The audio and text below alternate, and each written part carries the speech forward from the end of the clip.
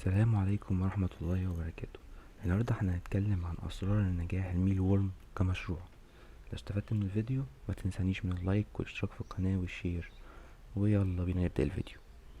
أول سر باختصار هو العزل. لازم كل مرحلة تكون منفصلة عن التانية، اليرقة مفصول عن الشرنقة مفصول عن الخنفسة، عشان نتجنب الافتراس. تاني سر عدم وجود أي حشرة تانية مع الميل وورم، وبكده لازم لما نشتري الميل وورم نتأكد من خلوهم من الحشرات الأخرى. ده أولا. ثانيا لازم يكون العلف اللي بقدمه ليها خالي من الحشرات، وبالتالي ما بنحطش العلف مباشر ليها، ولكن بنضعه في الفريزر أو بيتم تجميده لمدة لا تقل عن 12 ساعة، وبعد كده بيتم خبزه في الفرن لمدة 30 دقيقة على درجة حرارة 100. وذلك لأن بعض الحشرات تحب البرودة وبعضها يحب الصيف والعكس، لذلك فكلا العمليتين مهمين جدا. لما احنا بنجمد العلف وبعد كده بنخبزه بنتخلص من الحشرات اللي جواه. ولما نشتري ميل وورم من مصدر موثوق ما بيجيش فيه حشرات تانية. طيب ازاي بقى نمنع الحشرات من الدخول في الميل وورم بعد ما احنا منسكنه؟ طيب لازم عزيزي المشاهد تعرف ان في نوعين من الحشرات. اولا الحشرات الزاحفة، ثانيا الحشرات الطائرة. لكل نوع بيتم منعه من الدخول بشكل مختلف.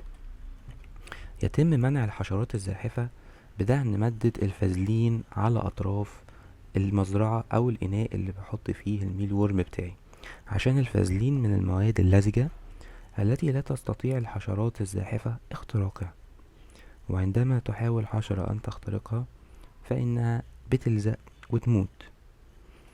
ثانيا الحشرات الطائرة يتم منعها من الدخول بوضع سلك ذات فتحات ضيقة فوق إناء أو مزرعة الميل وورم.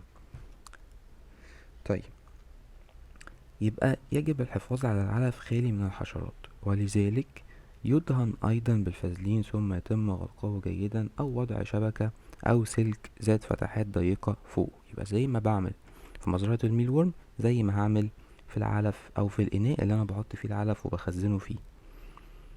طيب بعد كده عندي التغذية. سر من أسرار التغذية لازم كل الناس تعرفه. الميل وورم دي ممكن ان هي تتغذى بشكل سليم على مخلفات المنزلية من الخبز الجاف، وبذلك يمكننا الاقتصاد في تربيتها. ولكنني أنصح بتغذية اليرقات حتى عمر أسبوعين على الدقيق أو الردة الخشنة. وبالنسبة للدول العربية الدقيق هو الطحين، والردة هي نخالة القمح الخشنة.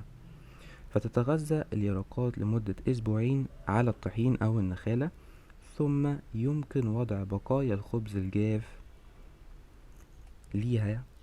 وما ننساش طبعا ان احنا لازم يكون في مصدر للرطوبة زي الجزر او اللفت او البطاطا او البطاطس، ولكن نبتعد عن جميع الخضر اللي ممكن ان هي تسبب عفونة في المزرعة بتاعتنا. اخر حاجة هنتكلم عنها في الفيديو ان الميل ورم بتحب المناخ الحار، ويتم التكاثر والانسلاخ في الحر اسرع من الشتاء لأن موطنها في الغابات الاستوائية، كما أنها تحب الظلام. وهكذا فقد وصلنا لنهاية الفيديو، وأنا أنصح بالبدء في تربية الميل وورم لاحتوائها على البروتين الحيواني لحل أزمة غلاء أسعار الأعلاف والاكتفاء الذاتي وإعمار الأرض. ما تنسوش الاشتراك واللايك لأنه بيدعمني. والسلام عليكم ورحمة الله وبركاته.